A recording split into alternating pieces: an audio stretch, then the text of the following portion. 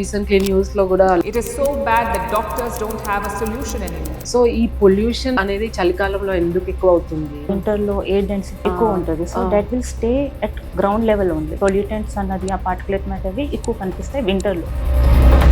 Air quality index AQI కొన్ని areas లో it was recorded around 1700 also. It's smoggy, it's dusty, it's polluted.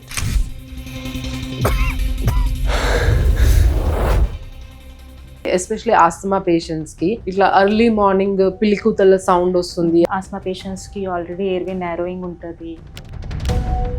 కొన్ని chemicals release అవుతాయండి. Hi friends, welcome back to our podcast. నేను మీ doctor Vani and ఈ రోజు podcast లో మనతో ఉన్నారు డాక్టర్ దివ్యా మల్లె. నిమ్స్ లాంటి ప్రెస్టీజియస్ ఇన్స్టిట్యూషన్ లో పల్మనరీ మెడిసిన్ చేసి ఇప్పుడు స్టార్ హాస్పిటల్స్ నానక్రామ్ గూడాల్లో క్లినికల్ అండ్ ఇంటర్వెన్షనల్ పల్మనాలజిస్ట్ గా తన సేవలను అందిస్తున్నారు. Welcome to our podcast doctor గారు. Thank you. డాక్టర్ గారు, లైక్ ఈ చలికాలంలో చాలా మందికి దగ్గు, జలుబు అట్లాంటివన్నీ వస్తుంటాయి కదా. ఈ కోల్డ్ వెదర్ వల్ల మన లంగ్ హెల్త్ అనేది ఇంపాక్ట్ అయ్యే అవకాశం ఉంటుందా? వింటర్ లో మెయిన్ గా జరిగేది ఏంటంటే ఎయిర్ అనేది చాలా డ్రైగా ఉంటుంది, కోల్డ్ గా ఉంటుంది అండ్ పొల్యూషన్ శాతం ఎక్కువ ఉంటుంది. సో అందువలన cold it self is a trigger. అంటే ఎయిర్వేస్ ఊపిరితిత్తులని అది బ్రాంకోస్పాజమ్ అంటారు. ఎయిర్వే చుట్టూ ఉన్న మజిల్స్ కాంట్రాక్ట్ అయ్యి చిన్నగా అయ్యి ఇలా ఉండాల్సిన ఎయిర్వే వెజల్స్ ఇలా చిన్నగా అయిపోతాయి. అది ఒకటి. అది కూల్ ఎయిర్తో అవుతుంది. అండ్ డ్రైనెస్ వల్ల ఎలా ఎఫెక్ట్ చేస్తుంది ఊపిరితిత్తుల్ని? డ్రైనెస్ అంటే మన ఎయిర్వేస్ అన్నది ఒక మ్యూకస్ లైనింగ్తో లైన్ అయి ఉంటాయి. ఆ మ్యూకస్ లైన్ ఇంకా గట్టి పడుతుంది. అది తెమిడ అంటాం కదా, బల్గం. సో అది ఇంకా గట్టి పడుతుంది. దాంట్లో వాటర్ కంటెంట్ తగ్గి ఇంకా గట్టి పడుతుంది and normal people are unable to spit it out. So airway clearance అన్నది తగ్గుతుంది. నెక్స్ట్ వచ్చేసి పొల్యూషన్. ఎందుకు పొల్యూషన్ ఎక్కువ ఉంటుంది? హాట్ ఎయిర్ బెలూన్ కాన్సెప్ట్ వినే ఉంటారు. హాట్ ఎయిర్ అనేది పైకి వెళ్తుంది because of hot air. So వింటర్లో ఏమవుతుంది, ఎయిర్ అనేది కూల్గా ఉంటుంది కాబట్టి ఆ ఎయిర్ అనేది కిందనే ఉండిపోతుంది. సో ఆ కింద ఉన్న ఎయిర్, అందులో వెహికల్స్ నుంచి వచ్చిన పొల్యూషన్, ఇండస్ట్రీస్ నుంచి వచ్చిన పొల్యూషన్ అండ్ నార్మల్గా హౌస్ హోల్డ్ నుంచి వచ్చిన ఆ చిమ్నీ అవన్నీ కూడా కిందనే సెటిల్ అయి ఉంటాయి. సో ఒక్క కొంచెం ఎయిర్ స్పేస్లో మీకు ఎక్కువ పొల్యూషన్ ఉన్నట్టు అనిపిస్తుంది. ఈ 3 ఫ్యాక్టర్స్ వల్ల ఏదైతే ఎయిర్వేస్ ఉన్నాయో అవి బ్రాంకోస్పాజంలో ఎక్కువ వెళ్తూ ఉంటాయి. సో నార్మల్ పీపుల్కి ఎక్కువ ఎఫెక్ట్ అవుతుంది. అలాంటిది కొంచెం ఆస్మాటిక్, ఏమైనా ఆల్రెడీ ఎయిర్వే ప్రాబ్లం ఉన్న వాళ్ళకి ఇంకా ఎక్కువ రియాక్ట్ అవుతుంది. అదే నేను అడుగుదాం అనుకున్నాను. లైక్ ఈ చలికాలంలో చాలా మందికి ఆస్తమా, ఇట్లా ఎలర్జీస్ అవన్నీ ఉన్నా కూడా లైక్ ఎండాకాలము, వర్షాకాలం స్లోగా ఉంటుంది. సడన్ గా చలికాలము వాళ్ళు ఐదర్ ఎక్కువ కేర్ తీసుకొని వాళ్ళని కాపాడుకుంటుంటారు, లేదంటే ఈ సిమ్టమ్స్ రూపంలో ఆస్తమా దమ్ ఎక్కువ రావడము, ఆర్ వాళ్ళ డోస్ పెంచుకోవాల్సి రావడము, ఆర్ ఎలర్జీస్ కూడా కొంతమంది కొత్తగా ఫ్లేర్ అప్ అవుతూ ఉంటాయి. సో అది చలికాలంలో ఎందువల్ల అవుతుంది అంటారు? ఆల్రెడీ నార్మల్ పీపుల్కే కొంచెం బ్రాంకోస్పాజం అనేది ఉంటుంది, బట్ వీళ్ళది ఆల్రెడీ హైపర్ రియాక్టివ్ ఎయిర్వే ఉంటుంది. సో కొంచెం ఒక వైరస్ వెళ్ళినా the airways will react more to it. అంటే దానికి డిఫెన్స్ మెకానిజం చాలా ఎక్కువ వాళ్ళకి, ఆస్మాటిక్ పేషెంట్స్కి. So the airways will react more and will be closing more. So అందువలన వాళ్ళు ఎక్కువ ప్రాబ్లమాటిక్గా ఉంటుంది. ఓకే, అంటే వాళ్ళకి అది ఇమ్యూన్ సిస్టమ్ అనొచ్చా? Immune system hyper hyper reactive. So అది like they are very sensitive అన్నమాట. సెన్సిటివ్ టు ద పొల్యూటెంట్స్ కానీ డస్ట్ కానీ ఏదైనా నార్మల్ వాళ్ళకే వస్తుంది, కానీ వాళ్ళు ఇంకా ఎక్కువ సెన్సిటివ్ అయిపోతారు. అండ్ దాంతోపాటు వింటర్లో కొంచెం వైరసెస్, బ్యాక్టీరియా కూడా ఎక్కువ కామన్. మామూలుగా మనం వర్షాకాలంలో ఇట్లా ఈ జర్మ్స్ ఎక్కువ ఉంటాయి అంటారు కదా. సో చలికాలంలో కూడా మనం జాగ్రత్త పడాలి. ఎస్ అండి, కంటిన్యూ అవుతుంది. టెంపరేచర్ తక్కువ ఉంది కాబట్టి వైరసెస్ గ్రోత్ ఎక్కువ ఉంటుంది. And most of the people will try to stay indoors. ఎక్కువ బయటకు వెళ్ళడానికి ఇష్టపడరు. సో లోపలే ఎయిర్వే సర్క్యులేషన్ అవుతూ క్రాస్ ఇన్ఫెక్షన్ అవన్నీ కామన్. కరెక్ట్. మామూలుగా మనము రీసెర్చ్ అవి చేసేటప్పుడు కోల్డ్ స్టోరేజ్ లో బ్యాక్టీరియా, వైరస్, ఫంగై ఇవన్నీ పెంచుతూ ఉంటాం కదా. Correct. Even so winter season లో దట్స్ వై లైక్ ఒకళ్ళకి వచ్చినా కూడా ఇంట్లో అందరికి కోల్డ్ రావడము, దగ్గు రావడము, థ్రోట్ ఇన్ఫెక్షన్స్ రావడం ఇవన్నీ చలికాలం ఒకరికి వస్తే చాలా ఈజీగా వచ్చేస్తుంది. మామూలుగా మనం వర్షాకాలం అనుకుంటాం కానీ చలికాలంలో కూడా ఇలా ఈజీగా అందరికి వచ్చేస్తుంది. బికాస్ ఈ వెదర్ అనేది బ్యాక్టీరియా, వైరస్ కి ఫ్రెండ్లీ వెదర్. ఇంకోటి లైక్ సపోజ్ వాళ్ళకి ఆస్తమా లేదు ఇట్లాంటివి ఏం లేవు, but still like including myself I also got attacked with cold cough ఇవన్నీ, థ్రోట్ ఇన్ఫెక్షన్ వచ్చినాయి and lot of people in my family ఉండే అట్లా చాలా మంది సఫర్ అవుతుంటారు ఈ చలికాలం. సో అది ఎందుకంటారంటే అసలు దగ్గు ఇవన్నీ అంటే అది కూడా సేమ్ రీజన్ అంటారా? సేమ్ రీజన్ అండి. పాతకాలంకి ఇప్పటికి డిఫరెన్స్ ఏంటి, ఈ టైమ్స్లో ఎందుకు ఎక్కువ జలుబు కామన్ అవుతుంది వింటర్లో అంటే బికాస్ ఆఫ్ పొల్యూషన్ మెయిన్గా. ఓకే అర్బన్ సిటీస్లో మోస్ట్లీ కన్స్ట్రక్షన్స్ జరుగుతున్నాయి, వరుసగా బ్యాక్టీరియల్ వేస్ట్ వస్తున్నాయి. సో ఎక్కువ కామన్ అవుతుంది ఈ మధ్యన ఈ అర్బన్ ఏరియాస్లో, especially this part of the city. ప్రతి స్ట్రీట్లో some construction is going on. Okay okay. So ఈ dust pollution, construction, cement, so మనము ఫ్రెష్ ఎయిర్ కంటే ఎక్కువ పొల్యూటెన్స్ అంతా ఇన్హేల్ చేస్తున్నాం. ఇంప్యూరిటీస్ ఇన్హేల్ ఎక్కువ చేయడం వల్ల మనకి ఎక్కువగా ఇట్లాంటి లంగ్ రిలేటెడ్ డిజార్డర్స్ అనేవి వస్తున్నాయి. ఇంకోటి డాక్టర్ గారు లైక్ చలిమంట అనేది వేసుకుంటుంటారు కదా చాలా మంది, లైక్ ఐదర్ మన మూవీస్ లో చూడడము ఆర్ లైక్ పిక్నిక్, వింటర్ లో పిక్నిక్ వెళ్ళాలి అంటే కంపల్సరీ చలిమంట వేసుకొని they all will SIT together and enjoy. So ఈ చలిమంట వేసుకోవడం వల్ల మన లంగ్ హెల్త్ కి మంచిది అంటారా? డెఫినెట్లీ నాట్ అండి. బొగ్గు ఆర్ వుడ్ ఇవన్నీ బర్న్ చేసి ఆ స్మోక్ కొంతమంది విలేజెస్లో కానీ కొంతమంది సిటీస్లో కూడా అలా పెట్టుకుంటారు. But what is release is called biomass fuel అనమాట. సో అదంతా ఆర్గానిక్ మ్యాటర్ నుంచి వచ్చే పొల్యూషన్, అది కూడా ఒక రకంగా. అది కూడా ఇన్హేల్ చేస్తే లంగ్స్కి మంచిది కాదు. It will act as same way as cigarette smoke. ఓ అవునా? Okay okay. సో ఎప్పుడో ఒకసారి అంటే ఓకే, కానీ అది రెగ్యులర్ గా మాత్రం చేయకూడదు.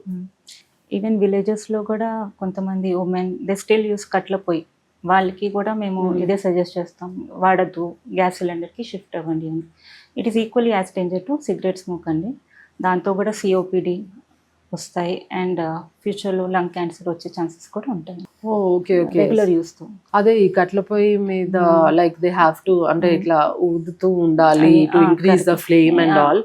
సో అది ఎక్కువగా చేసే వాళ్ళకి లంగ్ డిజార్డర్స్. అవును, వాళ్ళు అది అయిపోయాక they struggle to breathe properly అని తగ్గుతూ ఉంటారు. సో ఈ చలిమంట కానీ ఈ కట్ల పొయ్యి యూజ్ చేయడం అనేది అయితే కొంచెం మన లంగ్స్ కి ప్రాబ్లమాటిక్.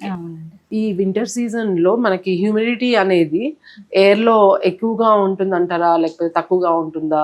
ఇలా వింటర్లో యూజువల్లీ హ్యూమిడిటీ తక్కువ ఉంటుంది. Okay. We call it dry weather ఉంటుంది కదా యూజువల్గా. సో మాయిశ్చర్ కంటెంట్ తక్కువ ఉంటుంది ఎయిర్లో మాయిశ్చర్ కంటెంట్ తక్కువ ఉంది అంటే డ్రై ఎయిర్ వి ఇన్హేల్, అది కూడా లోపల కూడా మాయిశ్చర్ కంటెంట్ తక్కువ ఉంటుంది. సో ఈ టైంలో కూడా హైడ్రేషన్ అనేది చాలా ఇంపార్టెంట్ అండి.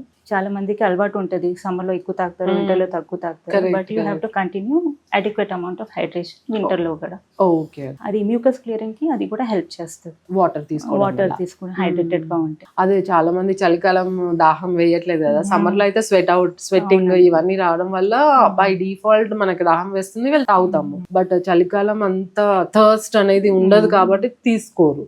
బట్ మీరు చెప్పినట్టు లైక్ అంటే ఈ ఎయిర్ లో హ్యూమిడిటీ తక్కువ ఉంటది, డ్రై వెదర్ కాబట్టి మనము హైడ్రేట్ చేసుకోవాలి. వాటర్ ఎక్కువగా తీసుకొని మనం కంటిన్యూస్ గా హైడ్రేట్ చేసుకుంటే వీ కెన్ అవాయిడ్ కొన్ని బ్రీతింగ్ ప్రాబ్లమ్, కాఫ్ ఇట్లాంటివన్నీ. No, it will just keep the lungs healthy. Avoid అన్నది అంటే మనం ఇంకా చాలా ఫ్యాక్టర్స్ ఉన్నాయి. యాజ్ ముందే చెప్పాను కదా, ఇలా పొల్యూషన్, ఈ ట్రిగర్స్ అన్నది. Cold it self is a trigger osmotic patients కి. అయితే కాకపోతే కొంతవరకు అయినా కొంచెం సిమ్టమ్స్ తగ్గించుకోవడము, ఎర్లీగా క్యూర్ అనేది ఎర్లీగా అవ్వడం, అట్లాంటివన్నీ కొంతవరకు ఎఫెక్ట్ అవుతుంది ఈ హైడ్రేషన్ ఎక్కువ తీసుకోవడం వల్ల. అండ్ డాక్టర్ గారు లైక్ ఇప్పుడు మనము air quality index AQI and recently news లో కూడా లైక్ ఢిల్లీలో మరి నార్మల్ కంటే ఎక్కువ పెరిగిపోయింది. జనరల్ గా మన ఇండియా స్టేట్స్ అన్నిటికంటే ఎక్కువ ఢిల్లీలో ఎక్కువ ఉంటుంది AQI, బట్ ఈ మధ్య కాలంలో ఇంకా ఎక్కువగా ఉంది. అండ్ చాలా మంది దే ఆర్ సజెస్టింగ్ వీళ్ళైతే ఆ 10 days ఆ 2 weeks go out of Delhi if you can afford అని అంటున్నారు. సో ఈ పొల్యూషన్ అనేది చలికాలంలో ఎందుకు ఎక్కువ అవుతుంది? So the air quality index is cubic centimetre of ఎయిర్లో ఎంతవరకు పొల్యూటెంట్స్ అని ఉన్నాయి, ఆ పార్టికులేట్ మ్యాటర్స్ ఎంత ఉన్నాయి అన్నది. So normal our airways design that వేకి నోస్లో కొన్ని ఫిల్టర్ అవుట్ అయిపోతాయి, తర్వాత మనం ఇంకా గాలి తీసుకున్నప్పుడు ఎయిర్వేలో కొన్ని ఫిల్టర్ అవుట్ అయిపోతాయి, ఎయిర్వే తర్వాత చిన్న బ్రాంకియల్స్ ఉంటాయి, అక్కడ ఫిల్టర్ అవుట్ అయిపోతాయి, దాని తర్వాత ప్రాపర్ లంగ్ ప్యారెన్కైమాలో కూడా ఫిల్టర్ అవుట్ అయిపోతాయి. సో అన్ని డిఫెన్స్ మెకానిజంతో మన ఎయిర్వే అనేది బిల్ట్ అయి ఉంది. ఈ పార్టికులేట్ మ్యాటర్ ఏవేవైతే ఉంటాయి, small particulate like the hair, one hair thickness is around 70 micron. This particulate matter is 2.5, 30 times more smaller than our hair follicle, one hair shaft. Okay okay so అది ఏంటంటే lung ప్యారెన్కైమాని కూడా bypass చేసి వెళ్ళిపోతుంది. So it can easily damage the lung parenchyma. So ఇప్పుడు present ఢిల్లీలో around 700 పైన ఉంటుంది, కొన్ని ఏరియాస్లో it was recorded around 1700 also. So like 150-200 is the cut off అండి. దాని తర్వాత it is all danger level. Hyderabad is also reaching 150-200 ఇప్పుడైతే because of the high rise building constructions అదంతా. So how to avoid that అంటే ఢిల్లీలో అందుకే అలా చెప్తున్నారు, కొన్ని రోజులు మీరు బయటకు వెళ్ళిపోండి, especially kids with already known asthmatic they should definitely move out of Delhi అని చెప్తున్నారు. So as a child who is born in Delhi, ఇప్పుడు ఎవరైతే పుట్టారో like his lungs will be 10 years older already, అంత పొల్యూషన్కి ఎక్స్పోజ్ అయిన వాళ్ళు. సో ఇన్ని చోట్ల పొల్యూషన్ అనేది ఎక్కువ ఉంది. And why it is more in winter అంటే many factors are there. Winter టైంలో క్రాప్స్ అనేవి మంట పెడతారు. దాని తర్వాతే మళ్ళీ సంక్రాంతి పండుగ వస్తుంది, అవన్నీ వస్తాయి. So that is seasonal. అలా డిజైన్ ఉంది, ముందు నుంచి అలా డిజైన్ ఉంది. ఇప్పుడే ఎందుకు పెరుగుతుంది అంటే other factors also. Rapid industrialisation, బోల్డ్ అని ఫ్యాక్టరీస్ ఉంటున్నాయి, అర్బన్ ఏరియాస్ లో కూడా ఫ్యాక్టరీస్ ఉంటున్నాయి. దాంతోపాటు వెహికల్స్ అండి, వెహికల్స్ ఎమిషన్ అవన్నీ ఉంటాయి. ఓన్లీ వెహికల్స్ నుంచి వచ్చిన ఆ స్మోకే కాకుండా వెహికల్స్ రోడ్ మీద వెళ్తున్నప్పుడు కూడా some dust is lifted up road మీద. That lifted dust will also stay. చెప్పాను కదా వింటర్ లో ఎయిర్ డెన్సిటీ ఎక్కువ ఉంటుంది, so that will stay at ground level only.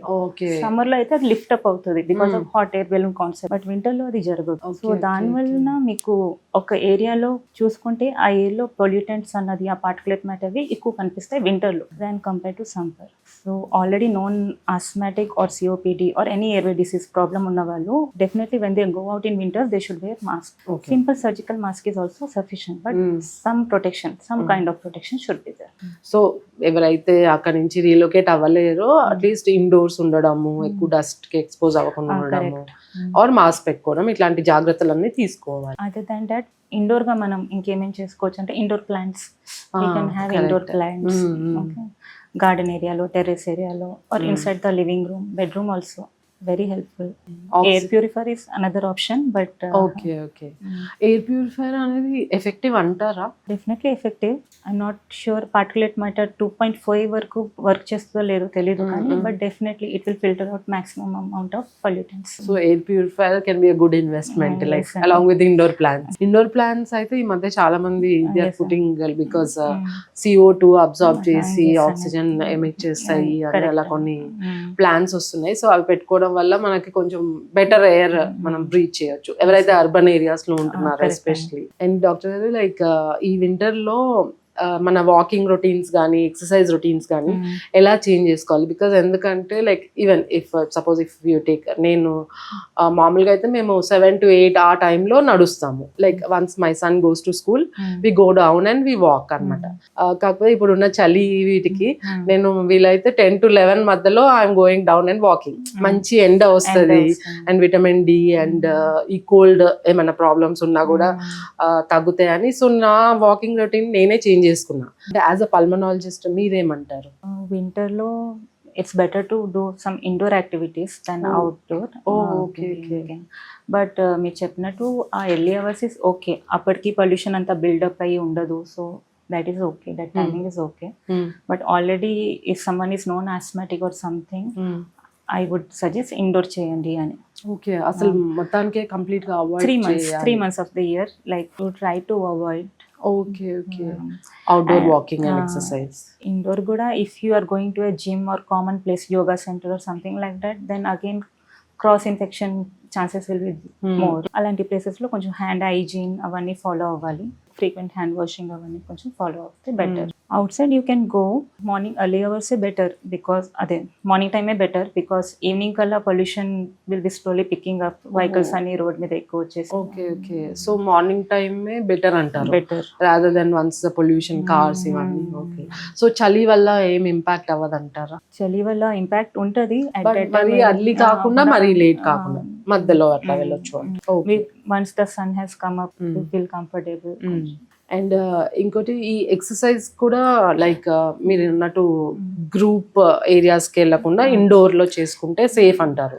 Safe అంటాను. గ్రూప్ ఏరియాస్ మీరు వెళ్తున్నట్టు అయితే make sure it is very hygienic place. మీరు కూడా హ్యాండ్ హైజీన్ ఫాలో అవుతున్నారు, ఫ్రీక్వెంట్ హ్యాండ్ వాషింగ్, బికాస్ ఆ ఎక్విప్మెంట్స్ చాలా మంది ముట్టుకుంటారు అవన్నీ.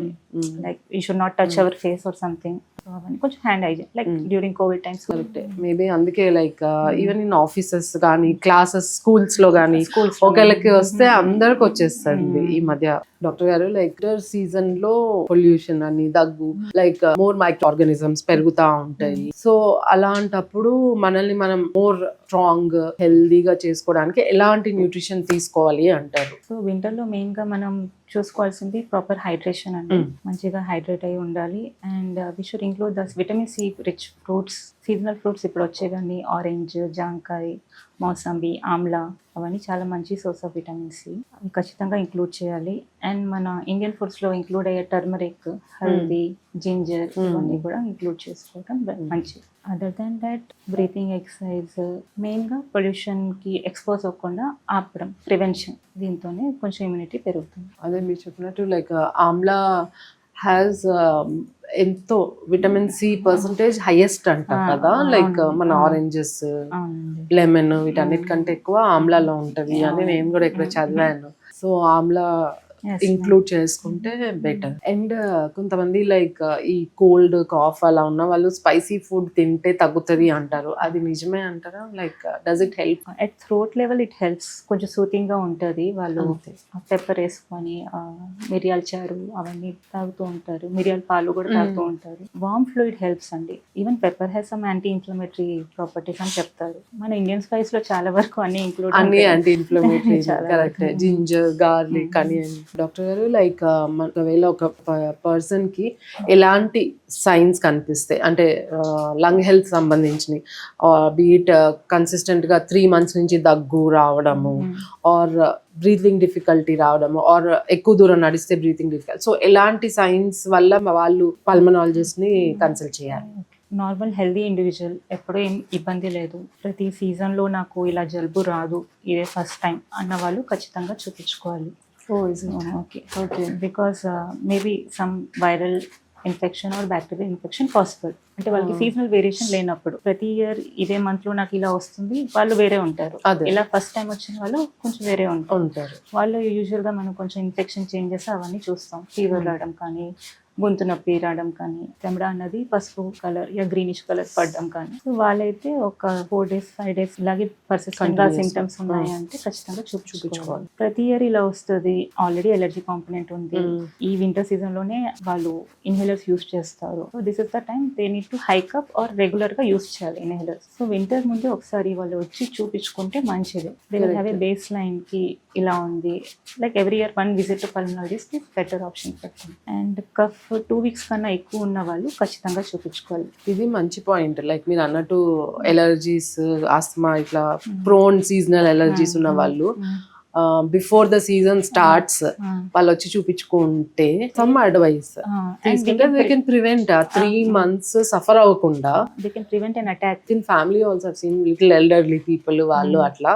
అటాక్ వచ్చి సివియర్ అయ్యాక దే స్టార్ట్ టేకింగ్ ఇంజెక్షన్స్ అని అవని ఇవన్నీ స్టిరాయిడ్స్ వరకు అవి తీసుకుంటే తప్ప బ్రెత్లెస్నెస్ తగ్గకపోయేది. సో మీరు చెప్పినట్టు లైక్ ముందే ఒక visit before the season starts వెళ్ళి చిన్నపిల్లలు కానీ పెద్దవాళ్ళు కానీ in first place and every one also వెళ్ళి తీసుకుంటే వాళ్ళు ఆ 3 months అంత సివియారిటీకి లోన్ అవ్వకుండా వాళ్ళ రెగ్యులర్ యాక్టివిటీస్ కూడా దే హ్యావ్ టు స్టాప్ కదా ఒక్కొక్కసారి. సో అట్లా చేస్తే that is a very good point actually.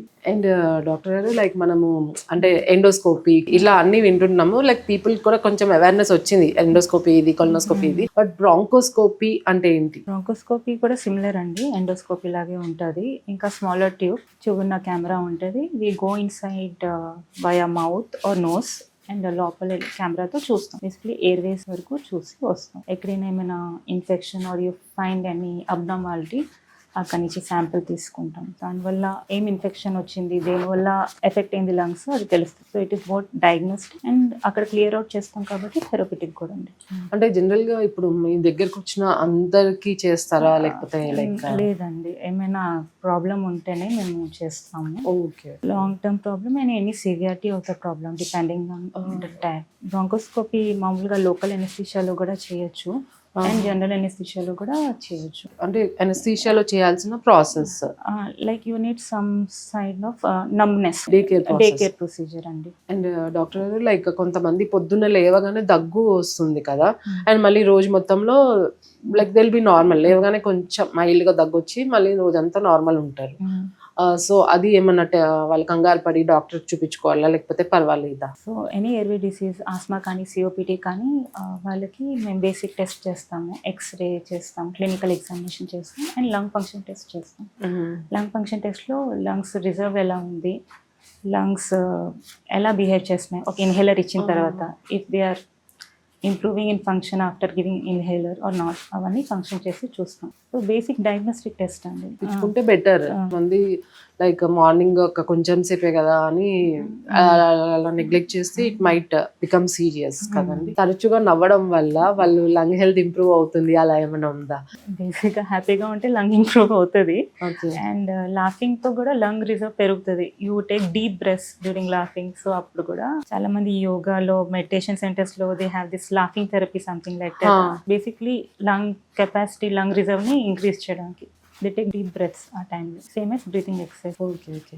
So ఈ డీప్ బ్రీతింగ్ ఎక్సర్సైజెస్ అనేది చేస్తే మంచిది అంటారా అందరూ, లేకపోతే ఏదైనా లంగ్ ప్రాబ్లం ఉన్న వాళ్ళే చేయాలి? అందరూ చేస్తేనే మంచిది. లైక్ డేకి ఒక 15-20 మినిట్స్ మీకు మీరు సెల్ఫ్ టైం ఇచ్చినట్టు ఉంటుంది. Do some breathing exercise, yoga, meditation, something ఏదో ఒకటి చేస్తే ఒక మెంటలీ బాగుంటుంది, లంగ్స్కి కూడా బాగుంటుంది. ఓకే. డీప్ బ్రీతింగ్ ఎక్సర్సైజెస్ చేయడం అదే అంటే నేను కొన్ని బుక్స్ లో చదివాను, లైక్ మనందరం షాలో బ్రీతింగ్ చేస్తున్నాం, డీప్ బ్రీతింగ్ ఎప్పుడు ఒకసారి చేస్తాము అని చదివాను. సో డీప్ బ్రీతింగ్ చేయడం వల్ల like lung health it's a kind of preventive measure కదండి. బాడీలో ఏ పార్ట్ అయినా if you keep it active it will have a longer run. So it is similar that way. You have to keep your lungs also active. The other day we were having a podcast with neurosurgeon. So తను కూడా అదే అంటున్నారు, like brain ఏ part అయినా idol గా పెడితే cells కూడా dull అయిపోయి they won't work. అదే కాకుండా మనం బ్రెయిన్ యాక్టివ్ పెడితే న్యూరోప్లాస్టిసిటీ ఇవన్నీ ఇప్పుడు వింటున్నాం కదా. సో ఎంత యాక్టివ్ పెడితే అవి బ్రెయిన్ సెల్స్, న్యూరాన్స్, న్యూరోకెమికల్స్ కూడా అంత యాక్టివ్ గా ఉండి మనల్ని ఏజింగ్ తగ్గించడము అండ్ హెల్దీగా ఉంచడం అట్లా చేస్తుంటాయి. సో సిమిలర్ విత్ లంగ్ కూడా. So deep breathing exercise kind of exercise for your lungs. Correct. And even చిన్న పిల్లలు కూడా డీప్ బ్రీతింగ్ ఎక్సర్సైజెస్ చేయొచ్చా? ఇప్పుడు స్కూల్స్ లో కూడా నర్సరీ టైం నుంచి they have included yoga in there curriculum. So definitely if you teach from very young age it will be helpful for them. Doctor గారు like కొంతమందికి వాటర్ తాగుతున్నా లేకపోతే ఫుడ్ తినేటప్పుడు ఇలా సడన్ గా కాఫ్ వచ్చి లైక్ శ్వాస ఆగిపోయినట్టు జస్ట్ ఫర్ ఫ్యూ సెకండ్స్ అట్లా అనిపిస్తుంటది కదా, కూరపోయినట్టు అంటారు కదా. సో అది ఎందుకు అంటారు? అది ఫుడ్ తినేటప్పుడు అలా అవుతుంది వన్స్ ఆర్ ట్వైస్ అంటే పర్వాలేదండి, బట్ అలా ఎవ్రీడే అవుతుందంటే కొంచెం ఎవాల్యుయేషన్ అయితే అవసరం పడుతుంది. సో బేసిక్గా అది స్వెల్లింగ్ గురించి, అది మనిషి ఎలా గుట్టకేస్తున్నారు దాన్ని బట్టి డిపెండ్ అవుతుంది. సో దానికి టంగ్ నుంచి హెల్ప్ కావాలి, టంగ్కి నర్వ్ సప్లై ఏది ఉందో, ఈ మజిల్స్ ఏదైతే లారింగ్స్ మజిల్స్ ఉంటాయి అవన్నీ ఎలా ఉన్నాయో, తర్వాత food pipe and wind pipe రెండు పక్క పక్కన ఉంటాయండి. అండ్ ఈ విండ్ పైప్ మీద ఒక లిడ్ ఉంటుంది, ఎపిగ్లాటిస్ అంటారు. సో మనం స్వాలో చేసినప్పుడల్లా ఈ లిడ్ క్లోజ్ చేస్తుంది మన విండ్ పైప్ లో ఏ పదార్థం వెళ్ళకుండా, అండ్ ఫుడ్ కింద నుంచి పక్క నుంచి వెళ్ళిపోతూ ఉంటుంది. So that is the swallowing thing which should happen. కానీ వాళ్ళకి ఇలా దగ్గు వస్తుందంటే some amount food has gone in side, ఇది సరిగ్గా క్లోజ్ అవ్వట్లేదు. So this closing requires nerve supply also, vessels అన్నీ ఉంటాయి. అది ప్రాపర్ ఎవాల్యుయేషన్ కావాలండి. ENT and pulmonologist all will have to take a look on that. And other than that ఏమైనా acid reflex అది కూడా అవుతుంది. యాసిడ్ రిఫ్లెక్స్ అంటే మీరు స్వాలో చేసేసారు, అయిపోయింది, ఫుడ్ తిని ఒక పావు గంట హాఫ్ అన్ అవర్ అయింది, now you're getting that effect, మళ్ళీ దగ్గు వస్తున్నట్టు. So that will require some medical gastro involvement. So ఇలా తరచుగా కొరబోతుంది అట్లా అనుకుంటే ఏదో సామెత ఉంటది కదా, ఎవరో గుర్తు చేసుకుంటున్నారు అట్లాంటివన్నీ అంటుంటారు కదా. సో అట్లా సూపర్స్టిషన్ అవి కాకుండా medical intervention compulsory. Neuronal involvement కూడా చూసుకోవాలండి. Like okay. Diseases like Parkinson's వినే ఉంటారు, బ్రెయిన్ ఇన్వాల్వ్. సో వాళ్ళు కూడా కొంచెం ఇక్కడ మజిల్ వీక్నెస్ ఉంటుందండి, ఫారింగ్స్ మజిల్ వీక్నెస్. సో వాళ్ళు సరిగా గుట్టుకెళ్ళారు, అలాంటి వాళ్ళు కూడా ఉంటుంది. So this is a very important point also, like it can be a sign of weakness of nerves, muscles, laryngeal muscles. Muscles. And doctor గారు లైక్ ఇంకోటి flu vaccine అనేది చాలా మంది వింటున్నాము, లైక్ చాలా మంది డాక్టర్స్ చెప్తారు తీసుకోమని. అండ్ అది అంటే అది ఎవరు తీసుకోవాలి, ఎంత ఫ్రీక్వెంట్ గా తీసుకోవాలంటారు?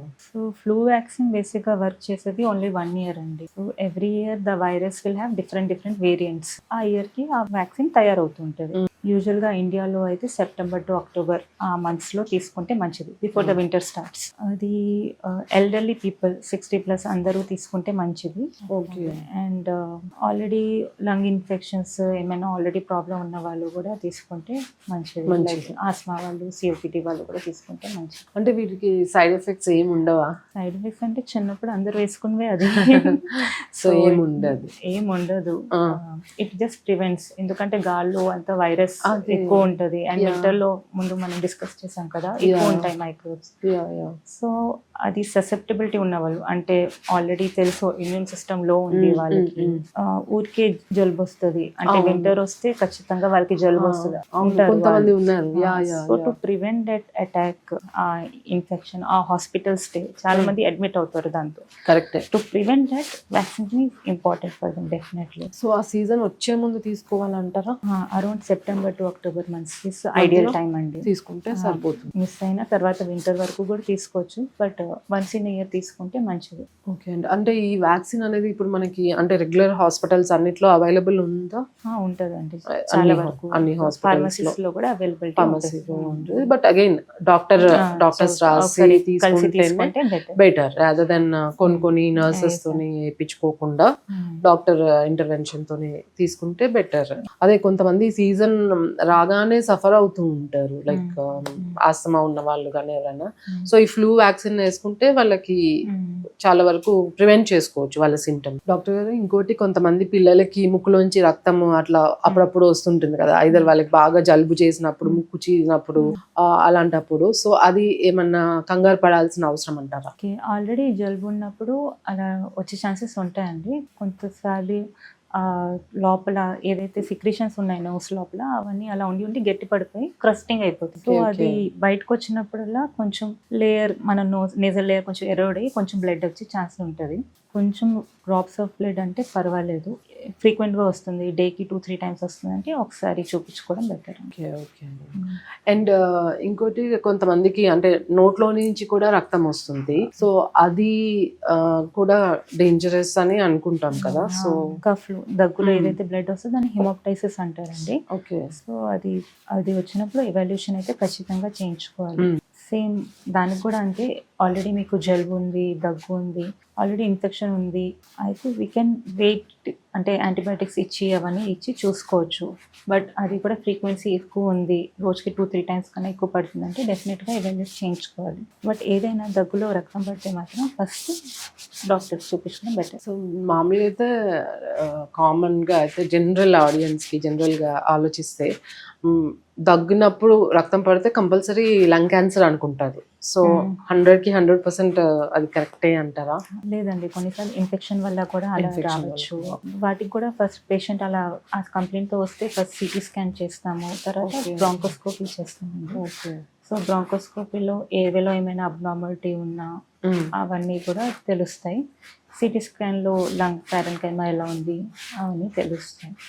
సో 100% క్యాన్సర్ అవ్వాల్సిన అవసరం లేదు, బట్ డెఫినెట్గా ఒక స్మోకర్ ఆ కంప్లైంట్స్తో వస్తే he should visit first time అలా హిమోప్టైసిస్ వచ్చినప్పుడే వెంటనే పల్మనాలజిస్ట్ని కలవడం బెటర్. సో వాళ్ళు 100% కంగారు పడకుండా ఫస్ట్ అయితే పల్మనాలజీ డాక్టర్ దగ్గరికి వెళ్ళి ఇవాల్యుయేట్ అనేది చేసుకోవాలి. డిలే అయితే చేయకూడదు, ఉండొచ్చు ఉండకపోవచ్చు, అది సెకండరీ. అండ్ మీరు ఇందాక బ్రాంకోస్కోపీ అన్నారు కదా, సో ఆ బ్రాంకోస్కోపీ అంటే అది చేయడం వల్ల అంటే అసలు అది ఎందుకు చేస్తారు, ఎలా చేస్తారు, ఏంటి?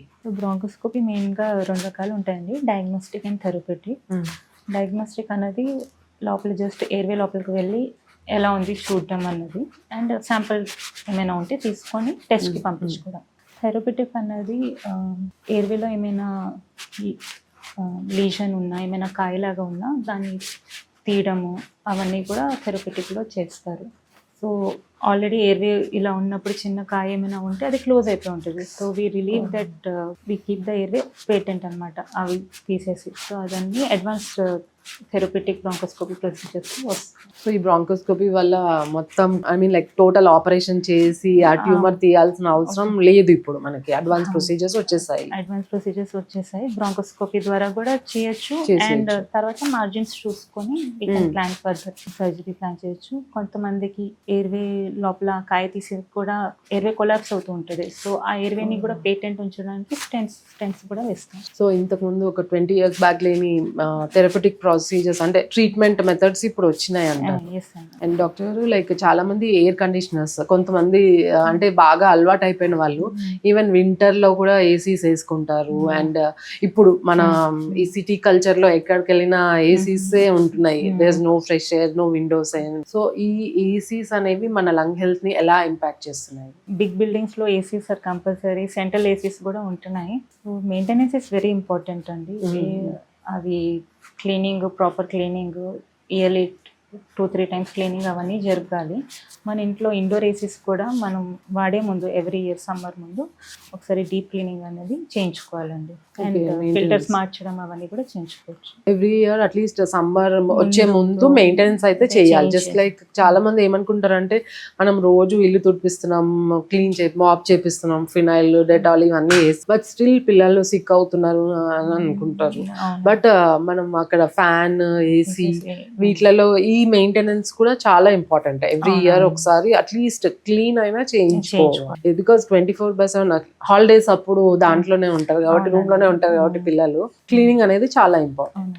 హౌస్ డస్ట్ మైట్ అంటారండి, HDM, that is the most common cause పిల్లల్లో ఎలర్జీ రావడానికి. అది ఇంట్లోనే ఉంటది, డస్ట్ లోనే ఉంటది. సో అది మళ్ళీ మన ఏసీ వెంట్స్ లో వెళ్ళే అవకాశం ఉంటుంది. నార్మల్ గా మన ఇంట్లో ఉన్నా కూడా ఉంటది. కేర్ తీసుకోవడం చాలా ఇంపార్టెంట్. అండ్ డాక్టర్ గారు లైక్ కొంతమందికి ఇట్లా దగ్గు, జలుబు ఇట్లా ఉండడం వల్ల స్టీమినేషన్ అనేది చేస్తుంటారు కదా, ఆవిరి పట్టుకోవడం. సో అది హెల్ప్ చేస్తుందా వాళ్ళకి? డెఫినెట్లీ అండి, వింటర్స్ లో ఆవిరి పెట్టుకోవడం మంచిదే. ఆల్రెడీ హెల్త్ ఇష్యూస్ ఉన్న వాళ్ళు పెట్టుకుంటే ఎఫెక్ట్ కనిపిస్తుంది. నార్మల్ పీపుల్కి అంత ఎఫెక్ట్ కనిపించదు. మన mechanism will take care of our. Okay, కొంచెం వాళ్ళకి ఆయాసము, దమ్ము ఇట్లాంటి ప్రాబ్లమ్స్ ఉన్న వాళ్ళకి అయితే కొంచెం వింటర్ సీజన్ లో ఆవిరి ఒక డేకి 1 or 2 పెట్టుకుంటే వాళ్ళకి ఎఫెక్టివ్ గానే ఉంటుంది. ప్లెయిన్ వాటర్ సరిపోతుందండి, ఏమి వేయాల్సిన అవసరం లేదు. నార్మల్ స్టీమ్ ఇన్హలేషన్ సరిపోతుంది. ఓకే, కొంతమంది దాంట్లో విక్స్ అని అవి ఇవి వేస్తుంటారు. అది కూడా ఒక టైప్ ఆఫ్ ఇరిటెంట్ అండి, ఆ స్మెల్ కెమికల్ ఉంటది కదా ఏదైనా వేసిన. సో ఎక్కువ అయ్యే అవకాశం ఉంటుంది. సో జస్ట్ ప్లెయిన్ వేడి నీళ్ళతోని ఆవిరి పెట్టుకుంటే సరిపోతుంది, రోజుకి 2 సార్లు, జస్ట్ ఒక 2-3 days. It will be helpful. Doctor గారు లైక్ చాలా మంది ఎస్పెషల్లీ ఈ వింటర్ సీజన్ లో జలుబు, దగ్గు రాగానే ఎలాగో డాక్టర్ దగ్గరికి వెళ్ళినా కూడా సెట్రిజిన్, ఈ cold act, chest on cold ఇట్లాంటి మెడిసిన్స్ అన్ని రాస్తారు అని అనుకొని వాళ్ళే మెడికల్ హాల్కి వెళ్ళిపోయి తీసేసుకుంటున్నారు. అండ్ వాటితో పాటు యాంటీబయాటిక్స్ కూడా వాళ్ళే తీసేసుకుంటున్నారు. సో అది అంటే ప్రతి సీజన్ ఇదే వస్తుంది, ప్రతి సీజన్ ఇదే రాస్తారు కదా అని ఓవర్ ద కౌంటర్ తీసేసుకుంటారు. అది ఎంతవరకు మీరు కరెక్ట్ అంటారు? ఎవ్రీ సీజన్ వస్తుందంటే కొంచెం ఎవాల్యుయేట్ చేయించుకోవాలండి. ఎవ్రీ సీజన్ వస్తుందంటే అది allergic airway disease something should be there అని. సో వాళ్ళు ఒకసారి ప్రాపర్గా ఎవాల్యుయేట్ చేయించుకుంటే మంచిది. Other then that first time వచ్చింది, కొంచెమే వచ్చింది, over the counter anti allergic ఈ మాంటిలుకా, సిట్రిజిన్, ఫెక్సోఫెనాడిన్ ఇవి తీసుకోవచ్చు. బట్ దాంతోపాటు మెడికల్ షాప్ అతను వాళ్ళకి azithromycin, most over used antibiotic, అవన్నీ కూడా ఇస్తున్నారు. That should never be taken. Because నిజంగా ప్రాబ్లం వచ్చినప్పుడు ఆ మెడికేషన్స్, యాంటీబయాటిక్స్ పనిచేయవండి. Over the counter should be limitation. Like symptomatic ఆ పూటకి ఆ రోజుకి రిలీఫ్ కోసం వరకు okay. But more than 24-48 hours మీకు అలాగే ఉంది అంటే డెఫినెట్గా డాక్టర్. అదే మీరు అన్నట్టు ఓవర్ ద కౌంటర్ ఎప్పుడో ఒకసారి ఎమర్జెన్సీలో లైక్ డాక్టర్ దగ్గరికి వెళ్ళలేని పరిస్థితి వస్తుంది అండ్ వాళ్ళకి ఇమీడియట్ ఏదైనా ఇంటర్వ్యూ ఆర్ ఎగ్జామ్ ఏదైనా ఉంటే over the counter available tablets తీసుకొని ఆ రోజు వరకు వాళ్ళు హీల్ చేసుకుని తర్వాత డాక్టర్ దగ్గరికి వెళ్తే బెటర్. అండ్ ఈవెన్ యాంటీబయాటిక్స్ కూడా మీరు అన్నట్టు మెడికల్ హాల్ వాళ్ళే ఇచ్చేస్తూ ఉంటారు, మనం అడిగినా అడగకపోయినా ఇది కూడా వేసుకుంటే ఫాస్ట్ గా తగ్గుతుంది అని ఇచ్చేస్తారు. సో అది మాత్రం లైక్ బికాస్ యాంటీబయాటిక్స్ లో కూడా చాలా రకాలు ఉంటాయి. ఒకవేళ మీరు ఎలర్జిక్ పెన్సిలిన్ చాలా మందికి పడదు, సో అలా యాంటీబయాటిక్స్ కొంతమందికి ఎలర్జీ ఉండొచ్చు. సో అక్కడ మెడికల్ హాల్లో వాళ్ళు ఇచ్చేది మీరు వేసేసుకుంటే మీకు ప్రాణానికి కూడా హాని జరిగే అవకాశం ఉంటుంది. సో డాక్టర్ చెప్పకుండా యాంటీబయాటిక్స్ మాత్రం యూజ్ చేయదు. అండ్ డాక్టర్ గారు కొంతమంది ఎస్పెషల్లీ ఆస్తమా పేషెంట్స్ కి ఇట్లా ఎర్లీ మార్నింగ్ పిలికూతల సౌండ్ వస్తుంది అది ఇదని వాళ్ళ చిన్న పిల్లలకి వస్తుంటుంది అండ్ పెద్దవాళ్ళకి కూడా వస్తుంది అండ్ వాళ్ళ ఇంట్లో వాళ్ళు చెప్తూ ఉంటారు. సో అది ఎందుకంటారు? ఈ బాడీలో కొన్ని కెమికల్స్ రిలీజ్ అవుతాయండి, సర్కెడియన్ రిథమ్ అంటారు. ఆ టైంలో ఎక్కువ రిలీజ్ అవుతాయి. సో ఆ రిలీజ్ అయినప్పుడు మన ఎయిర్వేస్ అయితే ఉన్నాయో అది కన్స్ట్రిక్ట్ అవుతాయి, బ్రాంకోస్పాజం అవుతుంది. ఆ బ్రాంకోస్పాజం వలన ఈ సౌండ్స్ వీజింగ్ సౌండ్స్ వస్తూ ఉంటాయి. సో అందరిలో అవి రిలీజ్ అవుతాయి. బట్ ఆల్రెడీ ఆస్మా పేషెంట్స్కి ఆల్రెడీ ఎయిర్వే నారోయింగ్ ఉంటుంది, మజిల్ కాంట్రాక్షన్ ఎక్కువ ఉంటుంది. సో వాళ్ళు ఎక్కువ ఎఫెక్ట్ చూపించి ఆ వీజింగ్ సౌండ్, ఆ పిల్లికూతు సౌండ్ ఎక్కువ వినిపిస్తూ ఉంటాయి. So that is the time 4 to 6 AM early mornings basically. So అంటే దానికి ట్రీట్మెంట్ తీసుకోవాలంటారా? ఆస్మా పేషెంట్స్కి అందుకే night time dose is very important అండి. వాళ్ళు నైట్ ఆ ఇన్హేలర్ కానీ నెబులైజేషన్ కానీ ఖచ్చితంగా తీసుకుని పడుకోవాలి. ఒకవేళ ఆస్మా పేషెంట్స్ కాకుండా నార్మల్ వాళ్ళకి వస్తుంది అంటే అది పెద్ద డేంజరస్ అయితే కాదు. నార్మల్ పీపుల్కి యూజువల్లీ బ్రాంకోస్పాజం వరకు రాదండి, పెళ్ళికూతులు రాదు. నిజంగా ప్రాబ్లం అయింది, ఆల్రెడీ సమ్ ఇన్ఫెక్షన్ ఉంది అంటే సమ్ టైమ్స్ ఇట్ కెన్, అప్పుడప్పుడు ఇన్ఫెక్షన్ టైంలో it can come, then they have to show to doctor. Okay, so ఈ వీజింగ్ సౌండ్ అనేది కొంచెం wheezing sound should definitely be taken seriously. Okay, thank you doctor గారు like for coming to our studio and sharing your valuable advice. Thank you.